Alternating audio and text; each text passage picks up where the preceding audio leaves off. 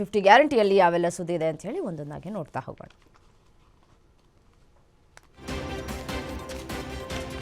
ಬೆಂಗಳೂರಿನ ಯಲಹಂಕದ ಕೋಗಿಲು ಲೇಔಟ್ ಬಳಿಯ ಒತ್ತುವರಿ ತೆರವು ವಿಚಾರ ಈಗ ರಾಷ್ಟ್ರ ಮಟ್ಟದ ವಿವಾದಕ್ಕೆ ಗುರಿಯಾಗಿದೆ. ಕೇರಳ ಸಿಎಂ ಬುಲ್ಡೋಸರ್ ನೀತಿ ಅಂತ ಟ್ವೀಟ್ ಬೆನ್ನಲ್ಲೇ ಎಐಸಿಸಿ ನಾಯಕರು ಘಟನೆಯ ಬಗ್ಗೆ ಮಾಹಿತಿ ಸಂಗ್ರಹಿಸಿ ಸೂಕ್ಷ್ಮತೆಯಿಂದ ಸಂತ್ರಸ್ತ ಕುಟುಂಬಗಳೊಂದಿಗೆ ಸಂವಹನ ನಡೆಸುವಂತೆ ಸಲಹೆಯನ್ನು ನೀಡಿದ್ದಾರೆ. ಹೀಗಾಗಿ ಒತ್ತುವರಿ ತೆರವು ಮಾಡಿದ ಸ್ಥಳಕ್ಕೆ ವಸತಿ ಸಚಿವ ಜಮೀರ್ ಅಹ್ಮದ್ ಖಾನ್, ಸಿಎಂ ರಾಜಕೀಯ ಕಾರ್ಯದರ್ಶಿ ನಜೀರ್ ಅಹ್ಮದ್ ಭೇಟಿ ನೀಡಿ ಸಂತ್ರಸ್ತರ ಜೊತೆ ಚರ್ಚೆಯನ್ನು ನಡೆಸಿದರು. ಇದೇ ಘಟನೆ ವಿಚಾರವಾಗಿ ಸಿಎಂ ಸಿದ್ದರಾಮಯ್ಯ ಇವತ್ತು ಮಹತ್ವದ ಸಭೆಯನ್ನು ಕರೆದಿದ್ದು ವಸತಿ ಇಲಾಖೆ ಹಾಗೂ ನಗರಾಭಿವೃದ್ಧಿ ಇಲಾಖೆಯ ಅಧಿಕಾರಿಗಳಿಗೂ ಬುಲಾವ್ ಕೊಟ್ಟಿದ್ದಾರೆ.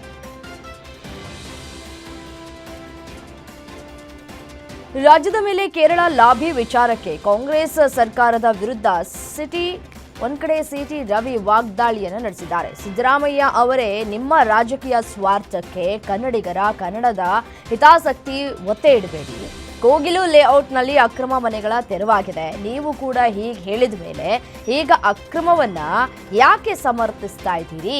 ನಿಮಗೆ ರಾಜಕೀಯ ಅನಿವಾರ್ಯತೆ ಇರಬಹುದು, ಹಾಗಾಗಿ ನೀವು ಕೇರಳ ಅಕ್ರಮ ಸಮರ್ಥಿಸಿಕೊಳ್ತಾ ಇದ್ದೀರಿ. ಆ ಅನಿವಾರ್ಯತೆ ಕನ್ನಡಿಗರಿಗಿಲ್ಲ. ಅಕ್ರಮ ಅಂದ ಮೇಲೆ ಅದನ್ನ ಸಮರ್ಥನೆ ಮಾಡುವ ಅಗತ್ಯತೆ ಇಲ್ಲ ಅಂತ ಕಿಡಿಕಾರಿದ್ದಾರೆ. ದೆಹಲಿ ಪ್ರವಾಸದ ಬಳಿಕ ಸಿಎಂ ಸಿದ್ದರಾಮಯ್ಯ ನಾಳೆ ಕೇರಳ ಪ್ರವಾಸವನ್ನ ಕೈಗೊಳ್ಳಲಿದ್ದಾರೆ. ದೆಹಲಿಗೆ ತೆರಳಿದ್ದ ಸಿದ್ದರಾಮಯ್ಯ ಅವರು ಎಐಸಿಸಿ ಪ್ರಧಾನ ಕಾರ್ಯದರ್ಶಿ ಕೆಸಿ ವೇಣುಗೋಪಾಲ್ ಜೊತೆ ಮಾತುಕತೆಯನ್ನು ನಡೆಸಿದರು. ದೆಹಲಿ ಪ್ರವಾಸದ ಬಳಿಕ 2 ದಿನಗಳು ಕೇರಳಕ್ಕೆ ತೆರಳಲಿದ್ದಾರೆ. ನಾರಾಯಣ ಧರ್ಮ ಸಂಘದಿಂದ ಆಯೋಜಿಸಲಾಗಿರುವ 93ನೇ ಶಿವಗಿರಿ ತೀರ್ಥೋದ್ಭವ ಸಮಾವೇಶದಲ್ಲಿ ಪಾಲ್ಗೊಳ್ಳಲಿದ್ದು ಕೆಸಿವಿ ಜೊತೆ ರಾಜಕೀಯ ಬಗ್ಗೆ ಮತ್ತೊಮ್ಮೆ ಮಾತುಕತೆ ನಡೆಸುವಂತಹ ಸಾಧ್ಯತೆಗಳಿವೆ.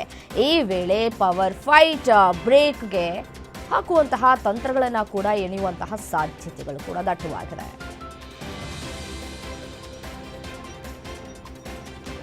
CM Siddaramaiah, DCM DK Shivakumar power sharing ಮಧ್ಯೆ ಇದೀಗ ರಾಜ್ಯದಲ್ಲಿ ದಲಿತ ಸಿಎಂ ಕೂಗು ಜೋರಾಗಿದೆ. ಸಿಎಂ ತವರು ಜಿಲ್ಲೆ ಮೈಸೂರಿನಲ್ಲಿ ಡಾಕ್ಟರ್ ಜಿ ಪರಮೇಶ್ವರ್ಗೆ ಸಿಎಂ ಸ್ಥಾನ ನೀಡುವಂತೆ ಒತ್ತಾಯವನ್ನ ಮಾಡಲಾಗ್ತಾ ಇದೆ.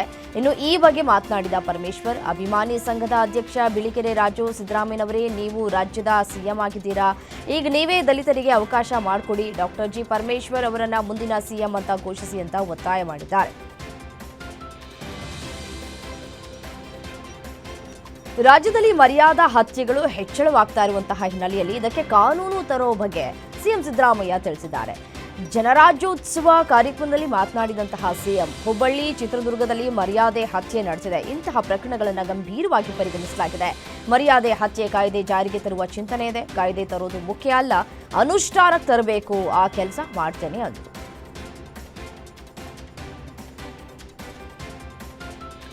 ರಾಜ್ಯ ಶಿಕ್ಷಣ ವ್ಯವಸ್ಥೆ ಬಗ್ಗೆ ಸಾಹಿತಿ ಬರಗೂರು ರಾಮಚಂದ್ರಪ್ಪನವರು ಬೇಸರವನ್ನು ವ್ಯಕ್ತಪಡಿಸಿದ್ದಾರೆ. ರಾಜ್ಯದಲ್ಲಿ ಎಸ್ಎಸ್ಎಲ್ಸಿ ಪಾಸ್ ಆದರೆ ಸಾಕು ಎನ್ನುವ ಪರಿಸ್ಥಿತಿ ಬಂದಿದೆ. ಗುಣಮಟ್ಟದ ಶಿಕ್ಷಣ ಬೇಕಾಗಿಲ್ಲ. 20 ಗ್ರೇಸ್ ಅಂಕ ಕೊಟ್ಟಿದ್ದಾರೆ, ಅದರಲ್ಲಿ 13 ಬಂದರೆ ಪಾಸ್ ಆಗ್ತಾರೆ. ಇದರಿಂದ ಗುಣಮಟ್ಟದ ಶಿಕ್ಷಣ ಸಿಗುವುದಿಲ್ಲ. ಬೇಕಾದ ತಜ್ಞರ ಜೊತೆಗೆ ಚರ್ಚೆ ಮಾಡಿ ಅನ್ನಭಾಗ್ಯ ಕೊಟ್ಟಿದ್ದೀರಿ, ಅಕ್ಷರ ಭಾಗ್ಯ ಕೊಡಿ ಅಂತ ಶಿಕ್ಷಣ ಸಚಿವ ಮಧು ಬಂಗಾರಪ್ಪ ಹೆಸರು ಪ್ರಸ್ತಾಪಿಸದೆ ಸಿಎಂಗೆ ಒತ್ತಾಯವನ್ನು ಮಾಡಿದ್ದಾರೆ. ಹೊಸ ವರ್ಷದ ಆಚರಣೆಗೆ ಕೇವಲ 2 ದಿನ ಮಾತ್ರ ಬಾಕಿ ಇದೆ. ಈ ಬಾರಿ ಅಹಿತಕರ ಘಟನೆಗಳು ನಡೆಯಲೇಬಾರದಂತೆ ನೋಡಿಕೊಳ್ಳೋದಕ್ಕೆ ಪೊಲೀಸ್ ಇಲಾಖೆ ಪಣವನ್ನು ತೊಟ್ಟಿದೆ.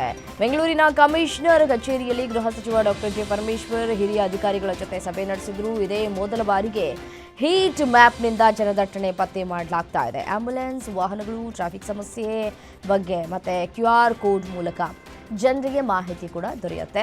ಜನದಟ್ಟಣೆ ಸೇರೋ MG ರಸ್ತೆ ಮತ್ತು ಬ್ರಿಗೇಡ್ ರೋಡ್, ಕೋರಮಂಗಲ, ಇಂದಿರಾನಗರ, ನೀಲಾದ್ರಿ ರಸ್ತೆಯಲ್ಲಿ ಖಾಕಿ ಸರ್ಪಗಾವಲು ಹಾಕಲಾಗ್ತಾ ಇದ್ದು ಮಹಿಳೆಯರ ಸುರಕ್ಷತೆಗೆ ಹೆಚ್ಚು ಆದ್ಯತೆಯನ್ನು ನೀಡಲಾಗುತ್ತೆ ಅಂತ ಮಾಹಿತಿಯನ್ನು ನೀಡಿದ್ದಾರೆ.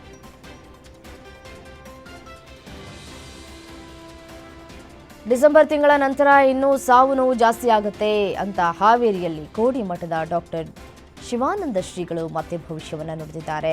ದೇಶದ ರಾಜಕೀಯ ಹಾಗೂ ಜಾಗತಿಕ ಅವಘಡಗಳ ಬಗ್ಗೆ ಶ್ರೀಗಳು ನುಡಿದಿರುವಂತಹ ಭವಿಷ್ಯದಿಂದ ತೀವ್ರ ಕಳವಳ ಶುರುವಾಗಿದೆ.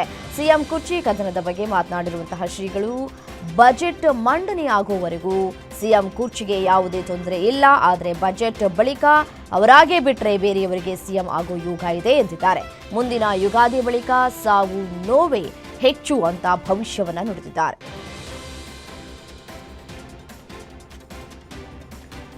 ಸಾಲವನ್ನ ಹಿಂಪಾಲಿಸದ ಅಂದರೆ ವಾಪಸ್ ನೀಡದ ಬಿಜೆಪಿ ಶಾಸಕನ ವಿರುದ್ಧ ಕೇಸ್ ದಾಖಲಾಗಿದೆ.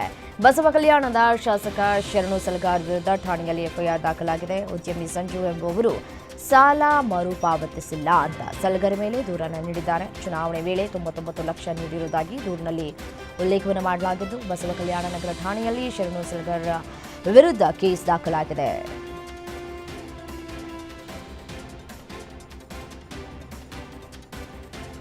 ಪರಮೇಶ್ವರಾನಂದ ಸ್ವಾಮೀಜಿಗೆ ಜಮಖಂಡಿಯಲ್ಲೇ ಯತ್ನಾಳ್ ತಿರುಗೇಟನ್ನು ಕೊಟ್ಟಿದ್ದಾರೆ. ಮುಂದಿನ ಬಾರಿ ಯತ್ನಾಳ್ ಅವರನ್ನ ಸೋಲಿಸಿ ಎಂದಿದ್ದ ಸ್ವಾಮೀಜಿ ವಿರುದ್ಧ ಕಿಡಿಕಾರಿದ್ದಾರೆ. ಆತ ಹಿಂದೂ ಅದಾನೋ ಸಾಬಾ ಅದಾನೋ ತಿಳ್ಕೋಬೇಕು, ಆತನ ತಪಾಸಣೆಗೆ ಒಳಪಡಿಸಬೇಕು. ಆತ ಮಾತಾಡೋದನ್ನ ನೋಡಿದ್ರೆ ಮುಸ್ಲಿಂ ಮತಾಂಧ ಅದಾನ ಅವ ಅಂತ ಹೇಳಿ ಇಂತಹ ಕಳ್ಳ ಸ್ವಾಮಿಗಳು ಸನಾತನ ಧರ್ಮದ ಬಗ್ಗೆ ಅವರಿಗೆ ಮಾತನಾಡುವಂತಹ ನೈತಿಕತೆ ಇಲ್ಲ ಅಂತ ವಾಗ್ದಾಳಿಯನ್ನು ನಡೆಸಿದ್ದಾರೆ. ಸ್ವಾಮೀಜಿ ವಿರುದ್ಧ ಯತ್ನಾಳ್ ಕೆಂಡಾಮಂಡಲರಾಗಿದ್ದಾರೆ.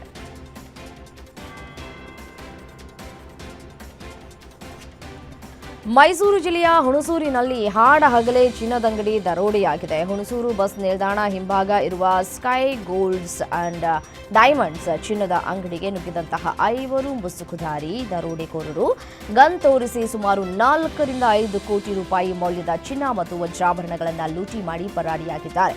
ಬೈಕ್ಗಳಲ್ಲಿ ಬಂದಿದ್ದಂತಹ ದರೋಡೆಕೋರರು ಆಭರಣ ದೋಚಿದ ದೃಶ್ಯಗಳು ಸಿಸಿಟಿವಿ ಕ್ಯಾಮೆರಾದಲ್ಲಿ ಸೆರೆಯಾಗಿದೆ. ವಿಷಯ ತಿಳಿತಾ ಇದ್ದಂತೆಯೇ ಸ್ಥಳಕ್ಕೆ ಪೊಲೀಸರು ದೌಡಾಯಿಸಿ ತನಿಖೆಯನ್ನು ಕೈಗೊಂಡಿದ್ದು, ದರೋಡೆಕೋರರಿಗಾಗಿ ಇದೀಗ ಪೊಲೀಸರು ಬಲೆ ಬೀಸಿದ್ದಾರೆ.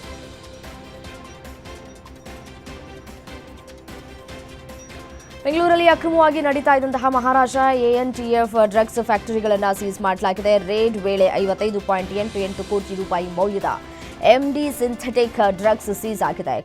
ಕೋಟಿ ಮೌಲ್ಯದ ಡ್ರಗ್ಸ್ ಜೊತೆ 4 ಆರೋಪಿಗಳನ್ನು ಬಂಧಿಸಲಾಗಿದೆ. ಬೆಂಗಳೂರಿನಲ್ಲಿ ಒಟ್ಟು 3 ಕಡೆ ಇದ್ದಂತಹ ಡ್ರಗ್ಸ್ ಫ್ಯಾಕ್ಟರಿಗಳನ್ನು ಸೀಸ್ ಮಾಡಲಾಗಿದೆ. ಇನ್ನು ಕಾಂಗ್ರೆಸ್ ಸರ್ಕಾರದ ವಿರುದ್ಧ ಬಿಜೆಪಿ ಕಿಡಿಕಾರಿದ್ದು, ಉಡ್ತಾ ಬೆಂಗಳೂರು ಆಗ್ತಾ ಇದೆ, ಇದು ಗೃಹ ಇಲಾಖೆಯ ವೈಫಲ್ಯ ಅಂತ ಕೇಸರಿ ನಾಯಕರು ಆರೋಪಿಸಿದ್ದಾರೆ.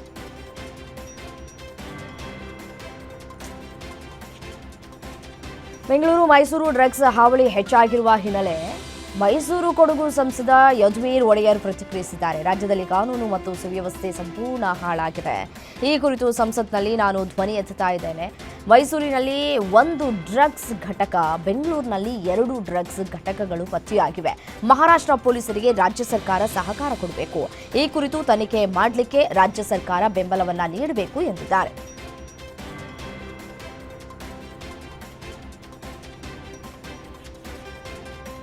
ವಿಜಯಲಕ್ಷ್ಮಿ ಬಳಿಕ ಕಿಚ್ಚ ಸುದೀಪ್ ಪುತ್ರಿ ಸಾನ್ವಿಗೂ ಸೋಷಿಯಲ್ ಮೀಡಿಯಾ ಕಿರಿಕಿರಿಯನ್ನ ಉಂಟು ಮಾಡಿದೆ. ದಚ್ಚು ಕಿಚ್ಚ ಫ್ಯಾನ್ಸ್ ವಾರ್ ಮಧ್ಯೆ ಸೋಷಿಯಲ್ ಮೀಡಿಯಾದಲ್ಲಿ ಬ್ಯಾಡ್ ಕಮೆಂಟ್ಸ್ ಸರಮಾಲೆಯೇ ಮುಂದುವರೆದಿದೆ. ಬಾಡಿ ಶೇಮಿಂಗ್ ಮಾಡುವ ಮೂಲಕ ಸಾನ್ವಿ ಸುದೀಪ್ಗೆ ಪುಂಡರು ಕಾಟವನ್ನು ಕೊಟ್ಟಿದ್ದಾರೆ. ಮಾರ್ಕ್ ಸಿನಿಮಾ ವೀಕ್ಷಣೆಗೆ ಹೋಗಿದ್ದ ಸಾನ್ವಿ ವಿಡಿಯೋಗಳನ್ನು ಇಟ್ಕೊಂಡಂತಹ ಕೆಲ ಟ್ರೋಲರ್ಸ್ಗಳು ಟ್ರೋಲ್ ಮಾಡಿದ್ದಾರೆ. ಇದಕ್ಕೆ ನನ್ನ ದೇಹ ಚರ್ಚೆಯ ವಿಷಯವಲ್ಲ, ನಿಮ್ಮ ಅಭಿಪ್ರಾಯ ಬೇಕು ಅಂತಂದ್ರೆ ನಾನೇ ಕೇಳ್ತೇನೆ ಅಂತ ಹೇಳಿ ಖಡಕ್ ಆಗಿ ಕೌಂಟರ್ ಅನ್ನ ಕೊಟ್ಟಿದ್ದಾರೆ.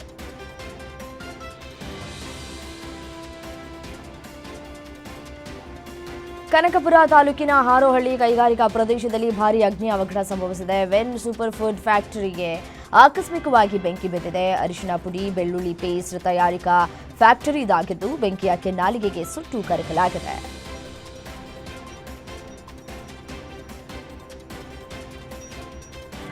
ನವಜಾತ ಶಿಶುವಿನ ಉಳಿವಿಗಾಗಿ ಬರೋಬ್ಬರಿ 120 ಕಿಲೋಮೀಟರ್ ಪ್ರಯಾಣವನ್ನು ಕೇವಲ 1 ಗಂಟೆಯಲ್ಲಿ ಮಾಡಲಾಗಿದೆ. ಕೊಪ್ಪಳ ಜಿಲ್ಲೆಯ ಬೂದಗುಂಪ ಗ್ರಾಮದ ನಿವಾಸಿ ವಿಜಯಲಕ್ಷ್ಮಿಗೆ ಹೆರಿಗೆ ವೇಳೆ ಮಗುವಿನ ಹೊಟ್ಟೆಯಿಂದ ಕಿಡ್ನಿ ಹಾಗೂ ಕರುಳು ಹೊರಬಂದಿತ್ತು. ಹೆಚ್ಚಿನ ಚಿಕಿತ್ಸೆಗೆ ಹುಬ್ಬಳ್ಳಿ ಕಿಮ್ಸ್ ಆಸ್ಪತ್ರೆಗೆ ರವಾನಿಸಬೇಕಿತ್ತು. ಈ ವೇಳೆ ಅಖಿಲ ಕರ್ನಾಟಕ ಆಂಬ್ಯುಲೆನ್ಸ್ ರೋಡ್ ಸೇಫ್ಟಿ ಸಂಘಟನೆ ಒಟ್ಟು 30 ಆಂಬ್ಯುಲೆನ್ಸ್ಗಳಿಂದ ಶಿಶುವಿನ ಜೀವ ಉಳಿಸುವ ಸಾಹಸ ಮಾಡಿದೆ. ಝೀರೋ ಟ್ರಾಫಿಕ್ ಮೂಲಕ ನವಜಾತ ಶಿಶುವನ್ನು ಹುಬ್ಬಳ್ಳಿಗೆ ಯಶಸ್ವಿಯಾಗಿ ರವಾನಿಸಿದ್ದು ಕಂದಮನಿಗೆ ಚಿಕಿತ್ಸೆಯನ್ನು ಆರಂಭ ಮಾಡಲಾಗಿದೆ.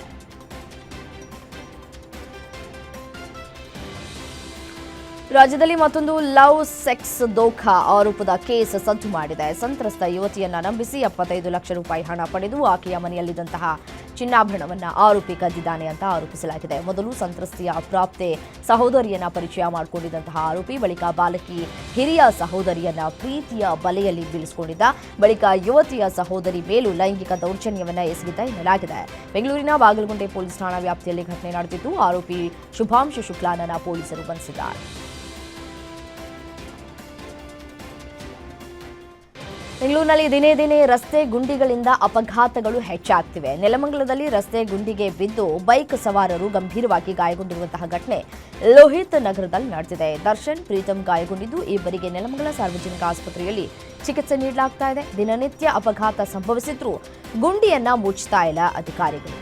ಈಗ ಅಧಿಕಾರಿಗಳ ವಿರುದ್ಧ ಸಾರ್ವಜನಿಕರು ಕಿಡಿಕಾರ್ತಾ ಇದ್ದಾರೆ. ಘಟನೆ ಸಂಬಂಧ ನೆಲಮಂಗಲ ಸಂಚಾರಿ ಪೊಲೀಸ್ ಠಾಣೆಯಲ್ಲಿ ಪ್ರಕರಣ ದಾಖಲಾಗಿದೆ.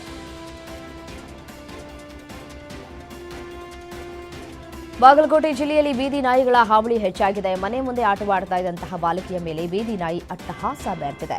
ನವನಗರದ 15ನೇ ಸೆಕ್ಟರ್ನಲ್ಲಿ ಈ ಘಟನೆ ನಡೆದಿದೆ. ನಾಯಿ ದಾಳಿಯಿಂದ 4ನೇ ತರಗತಿ ವಿದ್ಯಾರ್ಥಿನಿ ಅಲೈನಾ ಎಂಬಾಕೆಯ ಕಣ್ಣು, ಮೂಗು ಸೇರಿದಂತೆ ಮುಖದ ಮೇಲೆ ಗಂಭೀರವಾಗಿ ಗಾಯಗಳಾಗಿವೆ. ಜಿಲ್ಲಾಸ್ಪತ್ರೆಯಲ್ಲಿ ಅಲೈನಾಗೆ ಚಿಕಿತ್ಸೆಯನ್ನ ಮುಂದುವರಿಸಲಾಗ್ತಾ ಇದ್ದು, ಬೀದಿ ನಾಯಿಗಳ ಹಾವಳಿಯನ್ನು ತಡೆಗಟ್ಟುವುದಕ್ಕೆ ಮಹಾನಗರ ಪಾಲಿಕೆಗೆ ಪೋಷಕರು ಆಗ್ರಹಿಸಿದ್ದಾರೆ.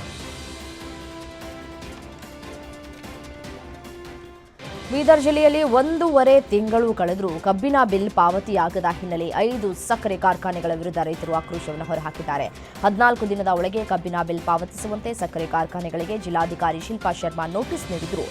ಡಿಸಿ ನೋಟಿಸ್ಗೂ ಸಕ್ಕರೆ ಕಾರ್ಖಾನೆಯ ಮಾಲೀಕರು ಕ್ಯಾರೆ ಅಂತ ಇಲ್ಲ. ಡಿಸೆಂಬರ್ 15ರಂದೇ ನೋಟಿಸ್ ನೀಡಿದ್ರು. ಇಲ್ಲಿವರೆಗೂ ನಯಾ ಪೈಸೆ ಪಾವತಿಸದ ಕಾರ್ಖಾನೆಗಳ ವಿರುದ್ಧ ರೈತರು ಕಿಡಿಕಾರ್ತಾ ಇದ್ದಾರೆ. ಜನವರಿ 2ರ ಒಳಗಾಗಿ ಕಬ್ಬಿನ ಬಿಲ್ ಪಾವತಿಸದೇ ಇದ್ರೆ ಮತ್ತೆ ಉಗ್ರ ಹೋರಾಟವನ್ನು ಮಾಡುವುದಾಗಿ ಸರ್ಕಾರ ಹಾಗೂ ಜಿಲ್ಲಾಧಿಕಾರಿಗೆ ಕಬ್ಬು ಬೆಳೆಗಾರರು ಎಚ್ಚರಿಕೆಯನ್ನು ಕೊಟ್ಟಿದ್ದಾರೆ. ಜಮೀನು ವಿಚಾರವಾಗಿ ಗಲಾಟೆ ಮಾಡಿ ಬೆಳೆದಿದ್ದ ಬೆಳೆಯನ್ನ ಕಿಡಿಗೇಡಿಗಳು ಸಂಪೂರ್ಣವಾಗಿ ನಾಶ ಮಾಡಿರುವಂತಹ ಘಟನೆ ಮೈಸೂರು ತಾಲೂಕಿನ ಹೆಮ್ಮನಹಳ್ಳಿಯಲ್ಲಿ ನಡೆದಿದೆ.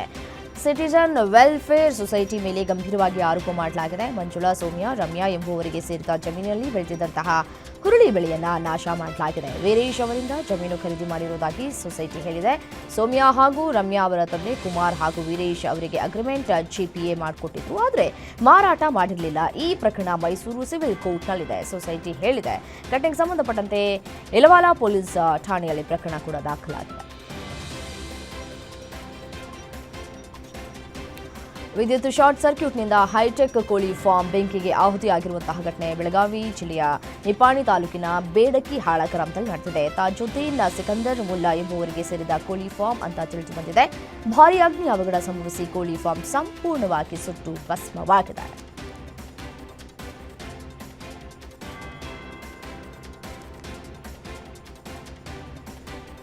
ಒಂದೊಂದು ಕಡೆ ಬಾಗಲಕೋಟೆ ಜಿಲ್ಲೆಯ ಎಳಕಲ್ ನಗರದಲ್ಲಿ ಬೈಕ್ ಸವಾರರಿಗೆ ಪೊಲೀಸರು ದಂಡದ ಬಿಸಿಯನ್ನು ಮುಟ್ಟಿಸಿದ್ದಾರೆ. ಸಂಚಾರಿ ನಿಯಮ ಉಲ್ಲಂಘನೆ ಮಾಡುವವರಿಗೆ ದಂಡದ ವಿಧಿಸಿ ನಿಯಮಗಳ ಬಗ್ಗೆ ಪಾಠವನ್ನು ಮಾಡಿದ್ದಾರೆ. ಹೆಲ್ಮೆಟ್, ಲೈಸೆನ್ಸ್ ಹಾಗೂ ಆರ್ಸಿ, ಟ್ರಿಬಲ್ ರೈಡಿಂಗ್ ಮಾಡುವವರಿಗೆ ದಂಡವನ್ನು ವಿಧಿಸಿದ್ರು. ಇನ್ನು ಸವಾರರಿಗೆ ಕಾನೂನು ಪಾಲನೆ ಕಡ್ಡಾಯ. ನಿಯಮ ಉಲ್ಲಂಘನೆ ಮಾಡಿದರೆ ದಂಡದ ಜೊತೆಗೆ ಕಾನೂನು ಕ್ರಮ ಆಗತ್ತೆ. ಜೀವ ಸುರಕ್ಷತೆಗಾಗಿ ಹೆಲ್ಮೆಟ್ ಧರಿಸುವುದು ಅಗತ್ಯ ಅಂತ ಸಾರ್ವಜನಿಕರಿಗೆ ತಿಳಿಸಿದ್ರು. ರಾಯಚೂರು ಜಿಲ್ಲೆಯ ಸಿರವಾರ ತಾಲೂಕಿನ ಕವಿತಾಳ ಪಟ್ಟಣದಲ್ಲಿ ಕರೀಂ ಸಾಬ್ ಕುಟುಂಬ ಕೋಮು ಸೌಹಾರ್ದತೆಗೆ ಮಾದರಿಯಾಗಿದೆ. ಕಳೆದ 4 ವರ್ಷಗಳಿಂದ ಅಯ್ಯಪ್ಪ ಸ್ವಾಮಿ ಮಾಲಾಧಾರಿಗಳಿಗೆ ಪ್ರಸಾದದ ವ್ಯವಸ್ಥೆಯನ್ನು ಮಾಡ್ತಾ ಇದ್ದು, ಮಾಲಾಧಾರಿಗಳ ವಿಧಿವಿಧಾನ ಮತ್ತು ಸಂಪ್ರದಾಯದಂತೆ ಭೋಜನವನ್ನು ಸಿದ್ಧಪಡಿಸಲಾಗ್ತಾ ಇದೆ.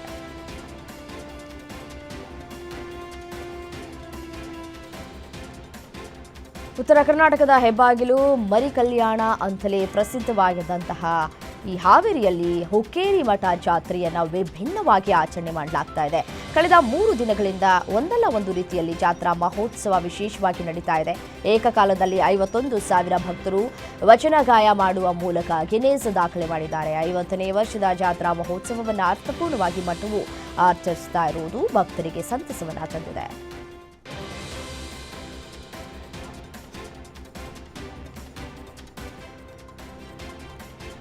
ಪ್ರಧಾನಿ ಮೋದಿ ಅವರ ಜನಪ್ರಿಯ ಕಾರ್ಯಕ್ರಮ ಮನ್ ಕಿ ಬಾತ್ನ 129ನೇ ಸಂಚಿಕೆಯಲ್ಲಿ ದುಬೈನಲ್ಲಿನ ಕನ್ನಡ ಪ್ರೇಮಕ್ಕೆ ಶ್ಲಾಘಿಸಿದ್ದಾರೆ. 2025ರ ಸಾಲಿನಲ್ಲಿ ಭಾರತ ವಿವಿಧ ಕ್ಷೇತ್ರಗಳಲ್ಲಿ ಮಾಡಿದ ಸಾಧನೆಗಳನ್ನು ಸ್ಮರಿಸಿದರು. ಈ ಸಂದರ್ಭದಲ್ಲಿ ದುಬೈನಲ್ಲಿ ಕನ್ನಡ ಪಾಠಶಾಲೆಯನ್ನ ಶುರು ಮಾಡಿ ಮಾತೃಭಾಷಾ ಪ್ರೇಮವನ್ನು ಮೆರಿತಾ ಇರುವಂತಹ ಕನ್ನಡಿಗರ ಈ ಕಾರ್ಯಕ್ರಮಕ್ಕೆ ಮೋದಿ ಮೆಚ್ಚುಗೆಯನ್ನು ವ್ಯಕ್ತಪಡಿಸಿದ್ದಾರೆ. ರಾಷ್ಟ್ರಪತಿ ದ್ರೌಪದಿ ಮುರ್ಮು ಅವರು ಜಲಾಂತರ್ಗಾಮಿ ನೌಕೆಯಲ್ಲಿ ಸಂಚರಿಸಿ ಹೊಸ ದಾಖಲೆಯನ್ನು ಬರೆದಿದ್ದಾರೆ. ಕಾರವಾರದ ಐಎನ್ಎಸ್ ಕದಂಬ ನೌಕಾನೆಲೆ ಡಾಕ್ನಿಂದ ಐಎನ್ಎಸ್ ವಾಘ್ಮೇರ್ ಜಲಾಂತರ್ಗಾಮಿ ನೌಕೆಯಲ್ಲಿ ಸಮುದ್ರಯಾನ ಮಾಡಿದ್ರು. ಮಾಜಿ ರಾಷ್ಟ್ರಪತಿ ಡಾಕ್ಟರ್ ಎಪಿಜೆ ಅಬ್ದುಲ್ ಕಲಾಂ ನಂತರ ಸಬ್ಮೆರಿನ್ನಲ್ಲಿ ಪ್ರಯಾಣಿಸಿದ ಎರಡನೇ ರಾಷ್ಟ್ರಪತಿಯ ಹೆಗ್ಗಳಿಕೆಗೆ ದ್ರೌಪದಿ ಮುರ್ಮು ಅವರು ಪಾತ್ರರಾಗಿದ್ದಾರೆ. ಏಷ್ಯಾದ ಅತಿದೊಡ್ಡ ನೌಕಾನೆಲೆ ಆಗಿರುವಂತಹ ಕಾರವಾರದ ಕದಂಬ ನೌಕಾನೆಲೆ ಫೇಸ್ 2 ಕಾಮಗಾರಿ ಸಹ ಮುಕ್ತಾಯವಾಗಿದ್ದು ಯುದ್ಧ ಹಡಗುಗಳು ಸಬ್ಮೆರಿನ್ಗಳ ನಿಲ್ದಾಣ ತಾಣವಾಗಿದೆ. ಇದೀಗ ರಾಷ್ಟ್ರಪತಿ ದ್ರೌಪದಿ ಮುರ್ಮು ಭೇಟಿಯನ್ನ ನೀಡಿ ಸಬ್ಮೆರಿನ್ನಲ್ಲಿ 1 ತಾಸುಗಳ ಐತಿಹಾಸಿಕ ಪ್ರಯಾಣವನ್ನ ನಡೆಸಿದ್ದಾರೆ.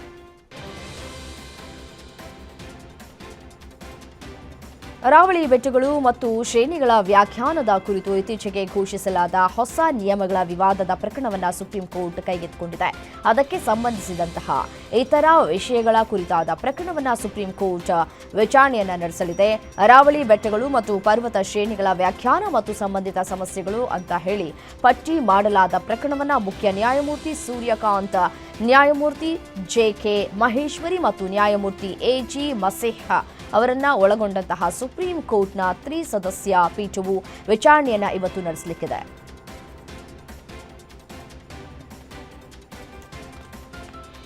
ತಂಜಾವೂರು ಸರ್ಕಾರಿ ವೈದ್ಯಕೀಯ ಕಾಲೇಜು ಆಸ್ಪತ್ರೆಯ ಹಿಂಭಾಗದ ಪಾಳು ಬಿದ್ದ ಕಟ್ಟಡದಲ್ಲಿ ನಿಧಿ ಪತ್ತೆಯಾಗಿದೆ. ನಿರ್ವಹಣಾ ಕಾರ್ಯದ ಸಮಯದಲ್ಲಿ ಒಂದು ಕೋಣೆಯಲ್ಲಿ ತಾಮ್ರ ಮತ್ತು ಹಿತ್ತಾಳೆ ಪಾತ್ರೆಗಳು ಪತ್ತೆಯಾಗಿವೆ. ಪ್ರಾಥಮಿಕ ಸಂಶೋಧನೆಗಳ ಪ್ರಕಾರ ಈ ಪಾತ್ರೆಗಳ ಮೌಲ್ಯ 9 ಲಕ್ಷ ರೂಪಾಯಿ ಅಂತ ಅಂದಾಜಿಸಲಾಗಿದೆ. ತಂಜಾವೂರು ವೈದ್ಯಕೀಯ ಕಾಲೇಜು ಆಸ್ಪತ್ರೆಯ ಆವರಣದ ಹಳೆಯ ಕಟ್ಟಡ ಪ್ರದೇಶದಲ್ಲಿ ನಿರ್ವಹಣಾ ಕಾರ್ಯವನ್ನು ನಡೆಸಲಾಗ್ತಾ ಇತ್ತು. ಈ ಸಂದರ್ಭದಲ್ಲಿ ನಿಧಿ ಪತ್ತೆಯಾಗಿದೆ.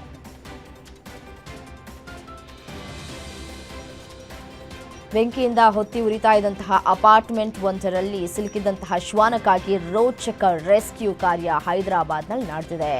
ಪಂಜಾಗುಟ್ಟ ಪೊಲೀಸ್ ಠಾಣೆ ವ್ಯಾಪ್ತಿಗೆ ಬರುವ ಆಲ್ಫಾ ನೈಟ್ಸ್ ಬ್ಲಾಕ್ ಎಂಬ ಅಪಾರ್ಟ್ಮೆಂಟ್ನ 5ನೇ ಮಹಡಿಯಲ್ಲಿ ಆಕಸ್ಮಿಕ ಅಗ್ನಿ ಅವಘಡ ಸಂಭವಿಸಿದೆ. ಸ್ಥಳಕ್ಕೆ ಧಾವಿಸಿ ಬೆಂಕಿಯನ್ನು ನಂದಿಸುವುದಕ್ಕೆ 3 ಅಗ್ನಿಶಾಮಕ ವಾಹನಗಳು ಸಕ್ಸಸ್ ಆಗಿವೆ. ಈ ಸಂದರ್ಭದಲ್ಲಿ ಅಪಾರ್ಟ್ಮೆಂಟ್ ಒಳಗೆ ಸಿಲುಕಿದಂತಹ ಸಾಕು ನಾಯಿಯನ್ನ ಅಗ್ನಿಶಾಮಕ ದಳದ ಸಿಬ್ಬಂದಿ ಕಾಪಾಡುತ್ತಾ ಇರುವಂತಹ ವಿಡಿಯೋ ವೈರಲ್ ಆಗಿದೆ.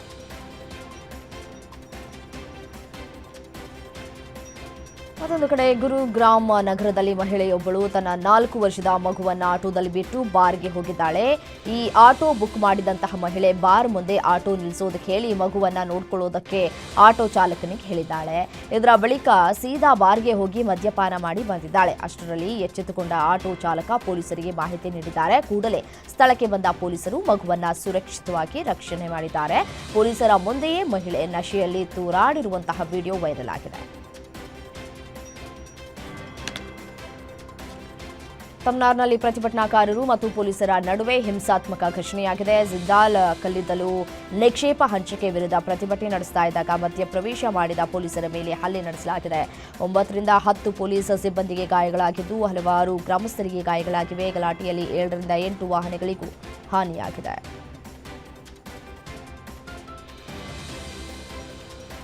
ನೋಡಿ, ರಾಜ್ಯದ ಜಾರ್ಸುಗುಡಾ ಜಿಲ್ಲೆಯಲ್ಲಿ ಹೋಮ್ ಗಾರ್ಡ್ ಲಿಖಿತ ಪರೀಕ್ಷೆಯಲ್ಲಿ ಕೇವಲ 102 ಪೋಸ್ಟ್ಗಳಿಗೆ 4,000ಕ್ಕೂ ಅಧಿಕ ಅಭ್ಯರ್ಥಿಗಳು ಹಾಜರಾಗಿದ್ದರು. ಈ ವೇಳೆ ಉದ್ಯೋಗಾಕಾಂಕ್ಷಿಗಳು ಬೃಹತ್ ಸರತಿ ಸಾಲಿನಲ್ಲಿ ನಿಂತಿರುವುದು ಕಂಡುಬಂದಿದೆ. ಒಡಿಶಾದ ವಿಶೇಷ ಸಶಸ್ತ್ರ ಪೊಲೀಸ್ ಬೆಟಾಲಿಯನ್ ಮೈದಾನದಲ್ಲಿ ನಡೆದ ಪರೀಕ್ಷೆ ವೇಳೆ 4,040 ಆಕಾಂಕ್ಷಿಗಳು ಭಾಗವಹಿಸಿದರು.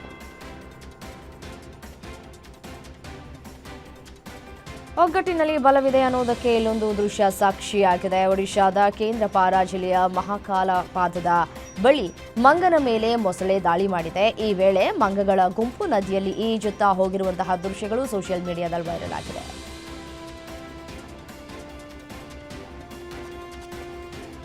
ಸಿಗರೇಟಿಗೆ 20 ರೂಪಾಯಿ ನೀಡುವುದಕ್ಕೆ ನಿರಾಕರಿಸಿದ್ದಕ್ಕೆ ಪತಿ ಪತ್ನಿಯನ್ನ ಕೊಂದು ತಾನು ಆತ್ಮಹತ್ಯೆ ಮಾಡಿಕೊಂಡಿರುವಂತಹ ಘಟನೆ ದೆಹಲಿಯಲ್ಲಿ ನಡೆದಿದೆ. ಸಿಗರೇಟ್ಗೆ 20 ರೂಪಾಯಿಗಾಗಿ ನಡೆದಂತಹ ಜಗಳದಲ್ಲಿ ದೆಹಲಿಯ ಆಟೋ ರಿಕ್ಷಾ ಚಾಲಕನೊಬ್ಬ ತನ್ನ ಪತ್ನಿಯನ್ನ ಕತ್ತು ಹಿಸುಕಿ ಕೊಂದಿದ್ದಾನೆ ಅಂತ ಆರೋಪಿಸಲಾಗಿದೆ. ರೈಲಿನ ಮುಂದೆ ಹಾರಿ ಆತ್ಮಹತ್ಯೆಯನ್ನು ಮಾಡಿಕೊಂಡಿದ್ದಾನೆ ಅಂತ ಪೊಲೀಸರು ತಿಳಿಸಿದ್ದಾರೆ. ಸಿಗರೇಟ್ ಸೇದೋದು ಕೂಡ ಈಗ ದುಬಾರಿ ಆಗಿಬಿಟ್ಟಿದೆ. ಸಿಗರೇಟ್ ಮಾರಾಟವನ್ನು ಕಡಿಮೆ ಮಾಡೋದಕ್ಕೆ ಅಬಕಾರಿ ಸುಂಕದಲ್ಲಿ ತೀವ್ರ ಏರಿಕೆಯ ಭರವಸೆಯನ್ನ ಸರ್ಕಾರದ ಹೊಸ ಮಸೂದೆ ನೀಡಿದೆ. ಪ್ರಸ್ತುತ 18 ರೂಪಾಯಿ ಬೆಲೆಯ ಸಿಗರೇಟ್ ಶೀಘ್ರದಲ್ಲೇ 72 ರೂಪಾಯಿಗಳವರೆಗೆ ಬೆಲೆ ಏರಿಕೆಯಾಗಬಹುದು ಅಂತ ಅಧಿಕಾರಿಗಳು ತಿಳಿಸಿದ್ದಾರೆ.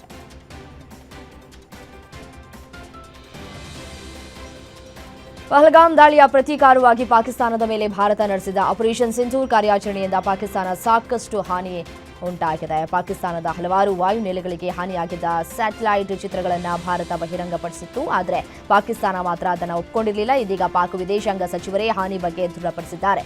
ಆಪರೇಷನ್ ಸಿಂಧೂರ್ ಸಮಯದಲ್ಲಿ ಭಾರತವು ನೂರ್ ಖಾನ್ ವಾಯುನೆಲೆಯ ಮೇಲೆ ದಾಳಿ ನಡೆಸಿತ್ತು ಅಂತ ಪಾಕಿಸ್ತಾನದ ಉಪ ಪ್ರಧಾನಿ ಇಶಾಕ್ ದಾರ್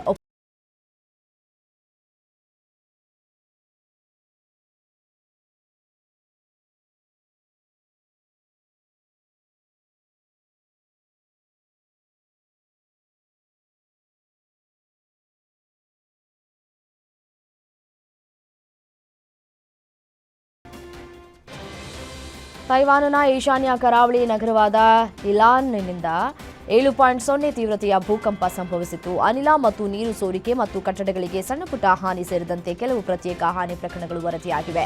ಇಲಾನ್ನಲ್ಲಿ 3,000ಕ್ಕೂ ಹೆಚ್ಚು ಮನೆಗಳಲ್ಲಿ ತಾತ್ಕಾಲಿಕವಾಗಿ ವಿದ್ಯುತ್ ಕಡಿತಗೊಂಡಿದೆ ಅಂತ ತೈವಾನ್ ಪವರ್ ಕಂಪನಿ ತಿಳಿಸಿದೆ.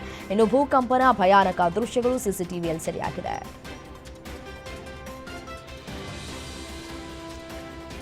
ಝೆನ್ಜಿ ಪ್ರತಿಭಟನೆಗಳಿಂದ ಹೊತ್ತಿ ಉರಿದಿದ್ದಂತಹ ನೇಪಾಳದಲ್ಲಿ ಸಾರ್ವತ್ರಿಕ ಚುನಾವಣೆ ನಡೆಯಲಿದೆ. 2026 ಮಾರ್ಚ್ 5ಕ್ಕೆ ಎಲೆಕ್ಷನ್ ನೆರವೇರಲಿದ್ದು, ಬೆಂಗಳೂರಿನಲ್ಲಿ ವಿದ್ಯಾಭ್ಯಾಸ ಮಾಡಿರುವಂತಹ ವ್ಯಕ್ತಿ ಪ್ರಧಾನಿ ಅಭ್ಯರ್ಥಿಯಾಗಿದ್ದಾರೆ.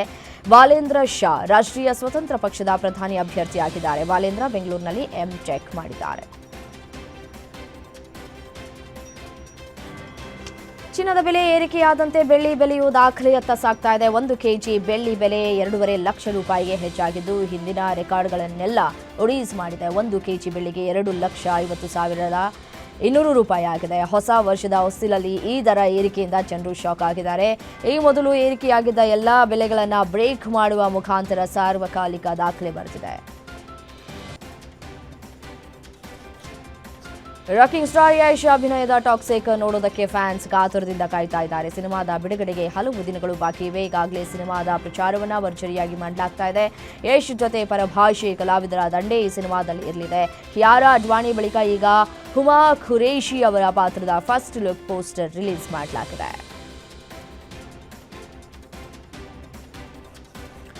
ಟೀಸರ್ ಮೂಲಕ ಕರಿಕಾಡ ಸಿನಿಮಾ ಗಮನ ಸೆಳೆದಿದೆ. ಈಗ ಈ ಸಿನಿಮಾ ಬಿಡುಗಡೆಗೆ ಸಿದ್ಧವಾಗಿದ್ದು, ಫೆಬ್ರವರಿ 6ಕ್ಕೆ ಸಿನಿಮಾ ತೆರೆ ಕಾಣಲಿದೆ. ಅಡ್ವೆಂಚರಸ್ ಎಲಿಮೆಂಟ್ಸ್ ಹೊಂದಿರುವ ಸಿನಿಮಾ ಅಂತ ಚಿತ್ರತಂಡ ಹೇಳಿದೆ. ಟೀಸರ್ ನೋಡಿದ ಬಳಿಕ ಪ್ರೇಕ್ಷಕರಿಗೆ ಈ ಒಂದು ಸಿನಿಮಾದ ಮೇಲೆ ಭರವಸೆಗಳು ಕೂಡ ಹೆಚ್ಚಾಗ್ತಾ ಇದೆ. ಕಾಲಿವುಡ್ ಸ್ಟಾರ್ ನಟ ದಳಪತಿ ವಿಜಯ್ ಅವರ ಕೊನೆಯ ಸಿನಿಮಾ ಜನನಾಯಕನ ಆಡಿಯೋ ಲಾಂಚ್ ಇವೆಂಟ್ ಮಲೇಷ್ಯಾದಲ್ಲಿ ನಡೆಯಿತು. ರಾಜಕೀಯ ಪಕ್ಷ ಸ್ಥಾಪಿಸಿರುವ ವಿಜಯ್ ಅವರು ಜನನಾಯಕನ್ ತಮ್ಮ ಕೊನೆಯ ಸಿನಿಮಾ ಅಂತ ಘೋಷಣೆಯನ್ನು ಮಾಡಿದ್ದಾರೆ. ವಿಜಯ್ ಸಹ ತುಸು ಭಾವುಕವಾಗಿಯೇ ಅಭಿಮಾನಿಗಳನ್ನು ಉದ್ದೇಶಿಸಿ ಮಾತನಾಡಿದ್ದಾರೆ. ಜನನಾಯಕನ್ ನನ್ನ ಕೊನೆಯ ಸಿನಿಮಾ, ಇದನ್ನ ಹೇಳೋದೇ ನನಗೆ ಸ್ವಲ್ಪ ಕಷ್ಟ ಆಗ್ತಾ ಇದೆ ಎಂದರು. ತಿರುವನಂತಪುರಂನಲ್ಲಿ ನಡೆದ 4ನೇ ಟಿ20 ಪಂದ್ಯದಲ್ಲಿ ಭಾರತ ಮಹಿಳಾ ತಂಡ ಶ್ರೀಲಂಕಾ ವಿರುದ್ಧ 30 ರನ್ಗಳ ಭರ್ಜರಿ ಗೆಲುವನ್ನು ಸಾಧಿಸಿದೆ. ಈ ಮೂಲಕ 5 ಪಂದ್ಯಗಳ ಸರಣಿಯಲ್ಲಿ 4-0 ಅಂತರದ ಮುನ್ನಡೆಯನ್ನ ಪಡೆದುಕೊಂಡಿದೆ. ಭಾರತ 221 ರನ್ ಗಳಿಸಿದ್ರೆ ಶ್ರೀಲಂಕಾ 191 ರನ್ ಗಳಿಸಿ ಸೋಲನ್ನ ಒಪ್ಪಿಕೊಂಡಿದೆ. ಭಾರತದ 2 ಆಟಗಾರ್ತಿಯರು ಅರ್ಧ ಶತಕ ಗಳಿಸಿ ತಂಡದ ಗೆಲುವಿಗೆ ನೆರವಾಗಿದ್ದಾರೆ.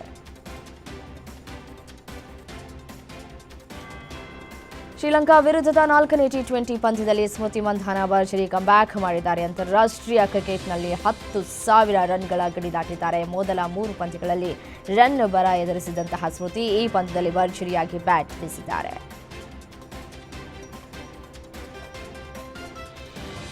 ಟೀಂ ಇಂಡಿಯಾ ಮುಖ್ಯ ಕೋಚ್ ಗೌತಮ್ ಗಂಭೀರ್ ಕುರ್ಚಿ ಅಲುಗಾಡ್ತಾ ಇದೆ ಅನ್ನೋ ವದಂತಿ ಚರ್ಚೆಯಾಗಿದೆ. ನ್ಯಾಷನಲ್ ಕ್ರಿಕೆಟ್ ಅಕಾಡೆಮಿ ಮುಖ್ಯಸ್ಥ ಹಾಗೂ ಭಾರತ ಎ ಮತ್ತು ಅಂಡರ್-19 ತಂಡದ ಮುಖ್ಯ ಕೋಚ್ ಆಗಿರುವ ವಿವಿಎಸ್ ಲಕ್ಷ್ಮಣ್ ಅವರನ್ನ ಸಂಪರ್ಕಿಸಿತು ಎಂಬ ವದಂತಿಗಳು ಹಬ್ಬಿತ್ತು. ಇದಕ್ಕೆ ಈಗ ಬಿಸಿಸಿಐ ಸ್ಪಷ್ಟನೆಯನ್ನ ಕೊಟ್ಟಿದೆ. ಭಾರತೀಯ ಕ್ರಿಕೆಟ್ ನಿಯಂತ್ರಣ ಮಂಡಳಿ ಗಂಭೀರ ಅವರ ಬಗೆಗಿನ ವದಂತಿಗಳನ್ನು ತಳ್ಳಿ ಹಾಕಿದ್ದಾರೆ.